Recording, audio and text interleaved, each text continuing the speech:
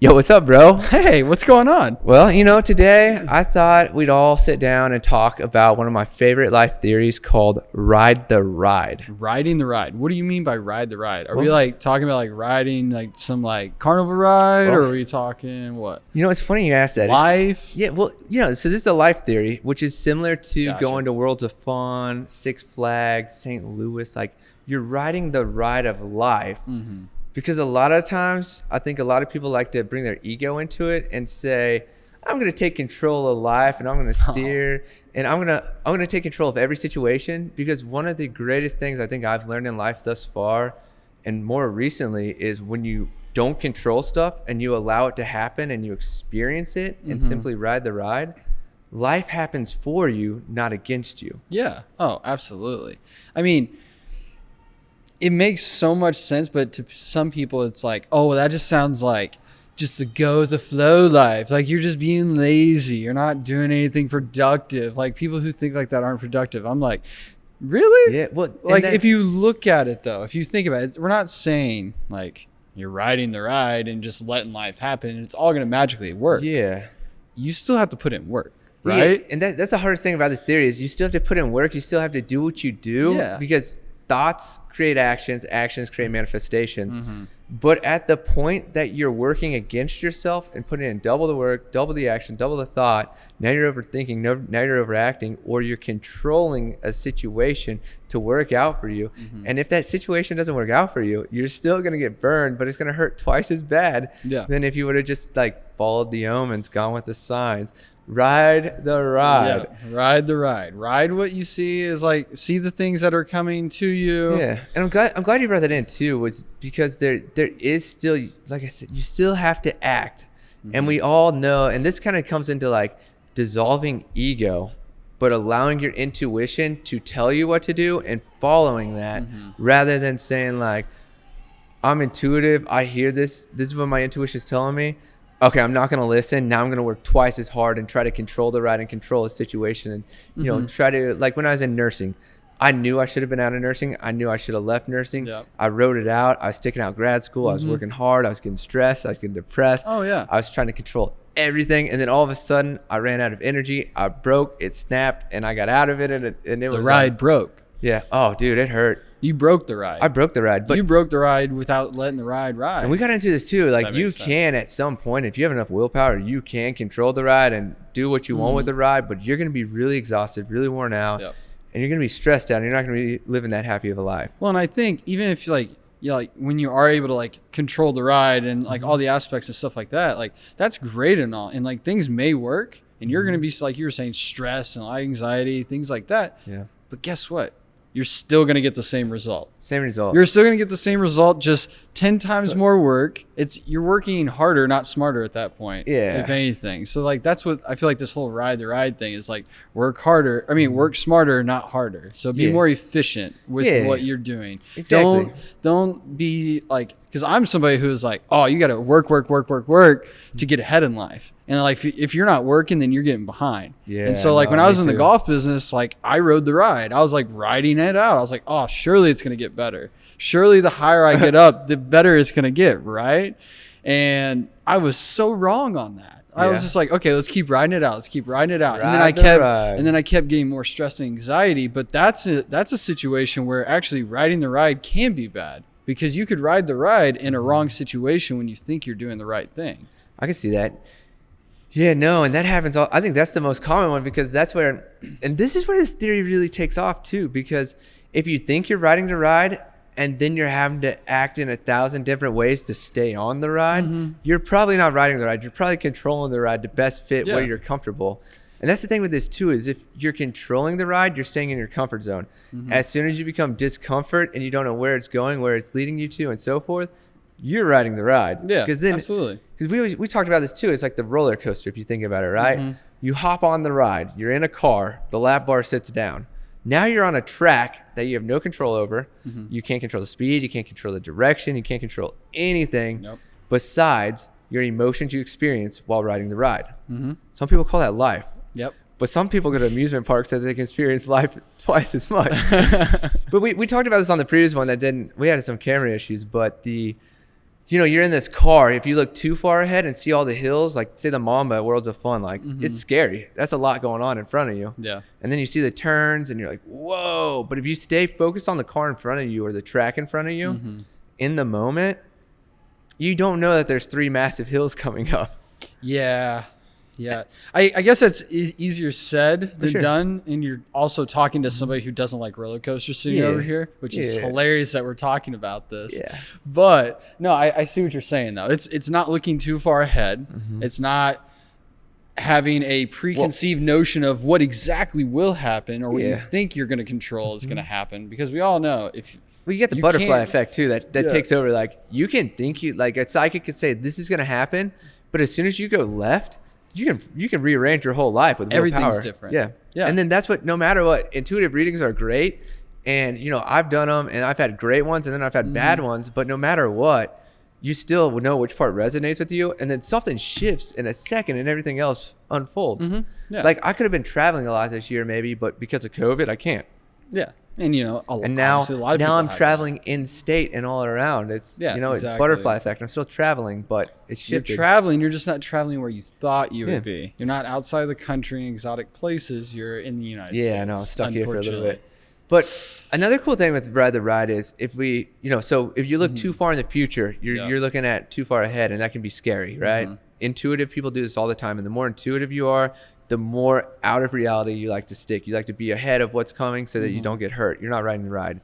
You're controlling what the future can hold. Yeah. Same thing. If you're riding a roller coaster and you're going 50 degrees and you're looking behind you at the past, you're not going to see the turn coming up, and you're probably going to get whiplash, and that hurts too. Yeah, if you're not prepared for it at all.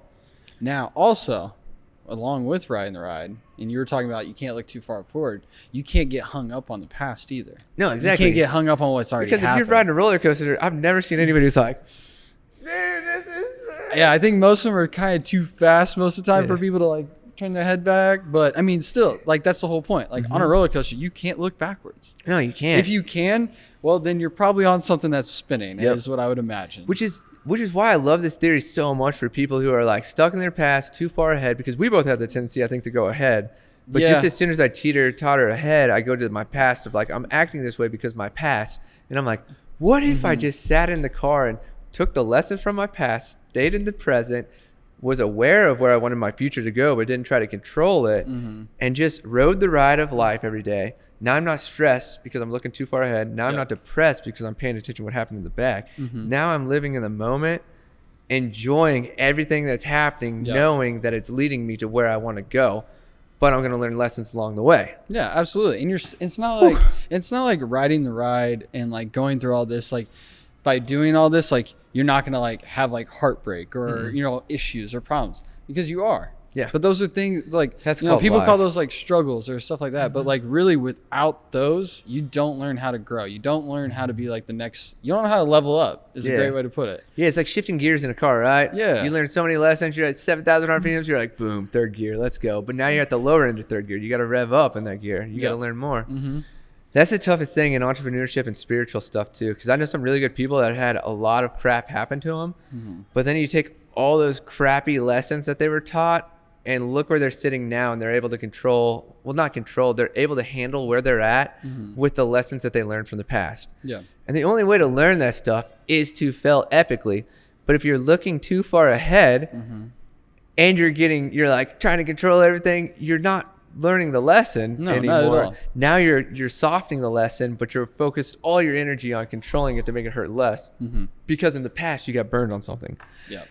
Which is it's so teeter-tottery, but it's funny we're talking about it. So right now it's actually Libra season and Mercury's in retrograde, which is funny that we're starting a podcast in retrograde, but we actually started this a week ago, but the camera's messed up. Yeah.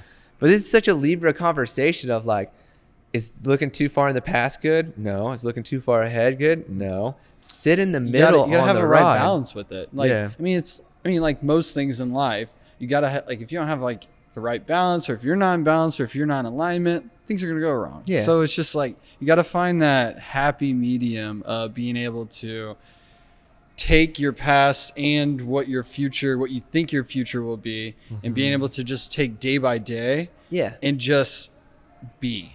Yeah, because there's so many people that don't know how to be. Like, honestly, I bet if we walked up to 10 people outside this arena, right down the street, and we go, all right, I'm going to ask you to do one thing, and I want you to do it right now. Just be. Just be. What do you think the reaction would be from most people? Like, out of those 10 I know people. exactly what everybody would say this. What do you mean? Yeah, exactly. And then, so I'm glad you said that. What do you mean? You know what that's triggering? What are you wanting me to do? Yeah. What didn't I do right? Now they're sitting on both ends of the spectrum again. Instead of, he said, just be. That means breathe and stay alive. Whatever your version of it. You can just stand there. You can close your eyes. You can look up. You can look left. I don't care what it is. But if they do anything but say, what do you mean? Then they understand. Yeah. Then they're being. But I feel like if they have to ask a question right off the bat, then they're like, obviously are going to be those people who are one end or the other. Or they only focus on the ends and they don't focus on the middle. Man, if you're in the middle, you're in the good spot. Like, my favorite example of this, and if you're a basketball fan, you'll feel this, is Kobe Bryant. Kobe Bryant died in a helicopter crash. Yep. How far ahead do you think his schedule was booked? Because, and I say this because we all know Kobe got on the helicopter because he was running late and had to get to the camp, but the pilot said not to get on, or there was something with that. No. The pilot was saying, we can do this anyways. Yeah, he said we'll be fine, whatever. But anyway, that doesn't matter. Of the story is, how far ahead do you think he was booked? And because he was worried about what was happening in his future and what deadlines he had and everything coming up, why did he do what he did? Yeah. Because all he had to do was go from point A to point B. If that's his destiny, that's his destiny. He didn't control his ride. Yeah. But at the same point, if he could have taken a car, got there an hour late, not worried about what he had ahead of him, would he still be alive? Yeah. Versus, did he die happy, or was he stressed out that he had the next 10 weeks booked out and had no free time? You know what I mean? I think he just spoke it into existence because Tracy McGrady is the only person who came out, or like one of the main people who came out and said right after, like, he always said since we got into the league, I don't want to die old. Yeah. So if anything, that was his way of, it's not necessarily controlling. No. And like, he still rode the ride of his life, clearly. Like, he very amazing life. He was a trendsetter. He changed so many things. He affected so many people, clearly. But he put the intention out there multiple times over. And that's the hard thing about this, too. I mean, this segues perfectly, though. But I do believe in you having a set point. You have where you begin, which is where you're at, or your life path that you walk to your destiny. Your destiny, I think, could be essentially learning X amount of attributes in life. Yep. How fast that happens is up to you, but I also believe in timelines and all that stuff. Is like, life is literally the ride. Like, you come to this life to be Spencer Ellsperman.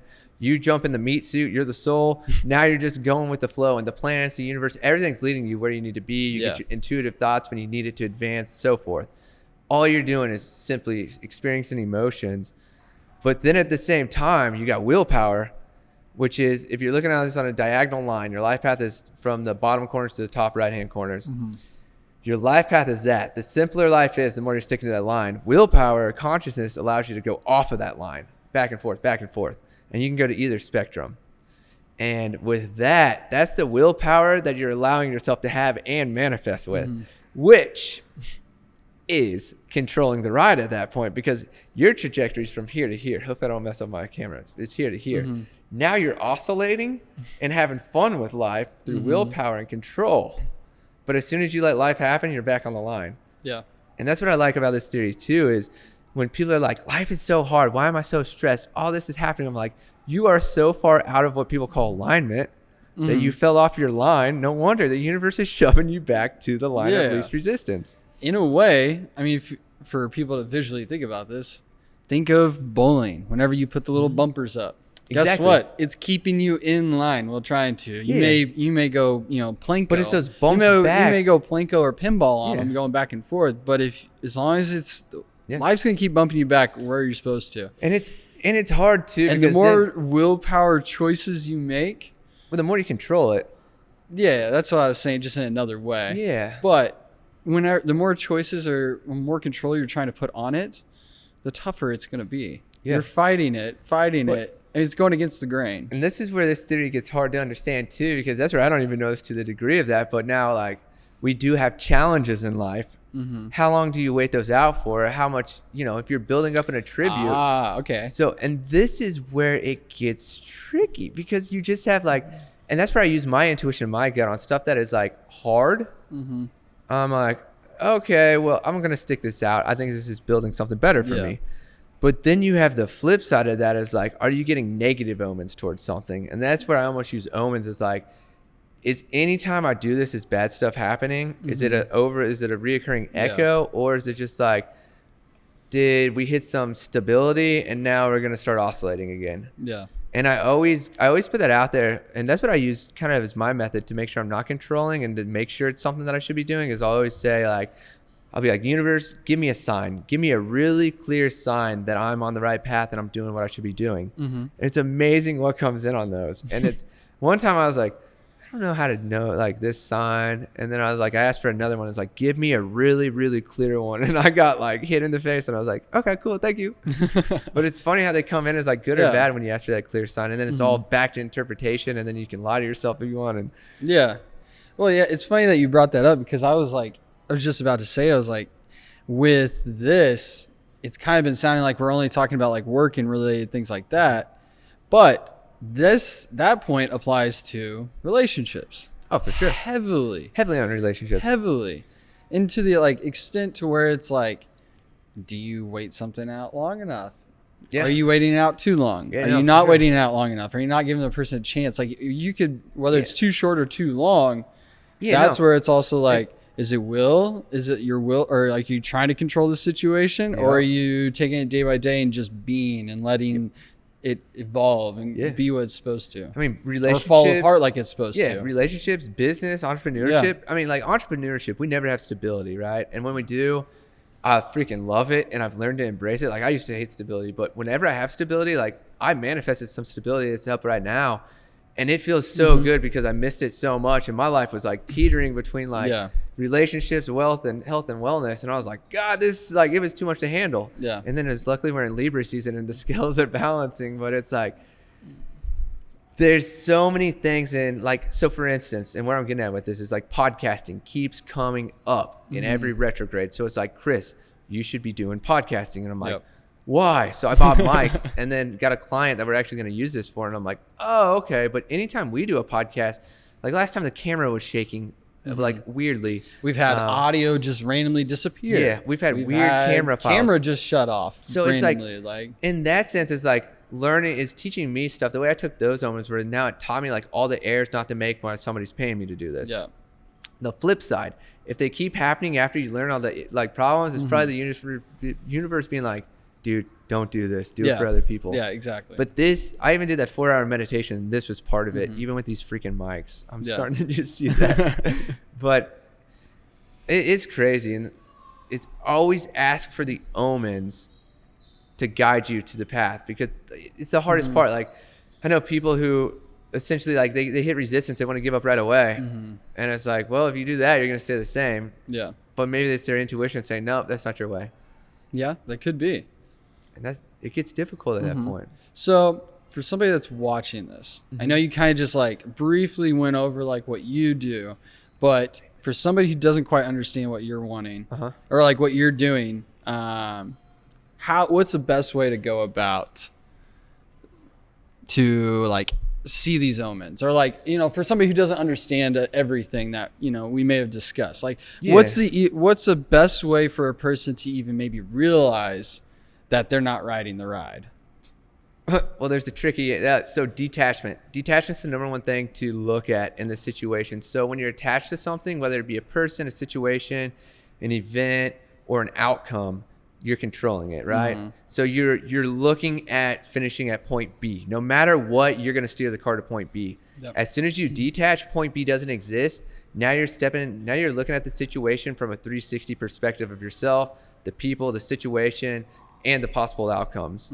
And that's truly riding the ride. Now you're sitting in that center car and you're able to see everything around you as it is in motion, but you're not controlling it. And you're not saying the car's going to finish here. Now you're just on that ride. Nice. And that's what I just went through that too, is really looking at something very, very detached I'm reading this book, Codependent No More, which it's attachment theories and that I really focused on lately. And it's when you look at something detached, it really helps to look at it detached, because if you're controlling this situation and it crashes, if you're on a plane ride and the situation's a plane ride, would you rather have the option of parachuting out or going down with the plane?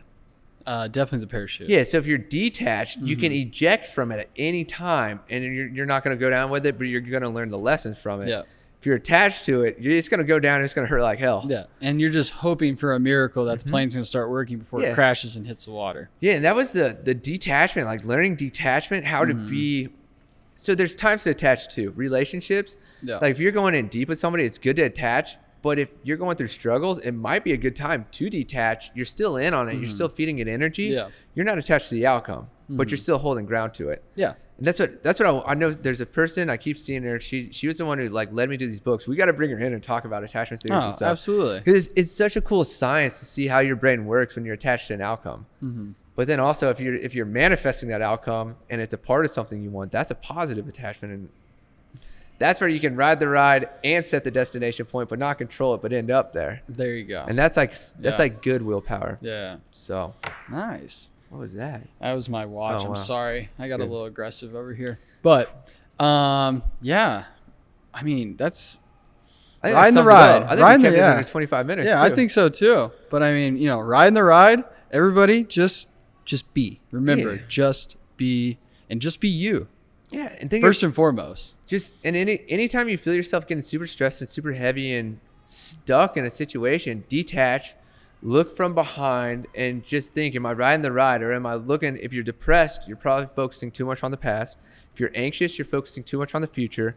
If you're in the moment, time doesn't exist, and you're just flowing with whatever's going on around you. So as soon as you're flowing and time doesn't exist, and you're in this sweet spot of learning the lessons of the past, knowing where you're going, but not worried about where you're going to end up, that is riding the ride, and that is where you'll be truly blissful in life. And every day will just be full of great experiences that are emotionally teaching you what you need for the next level of what you're trying to manifest.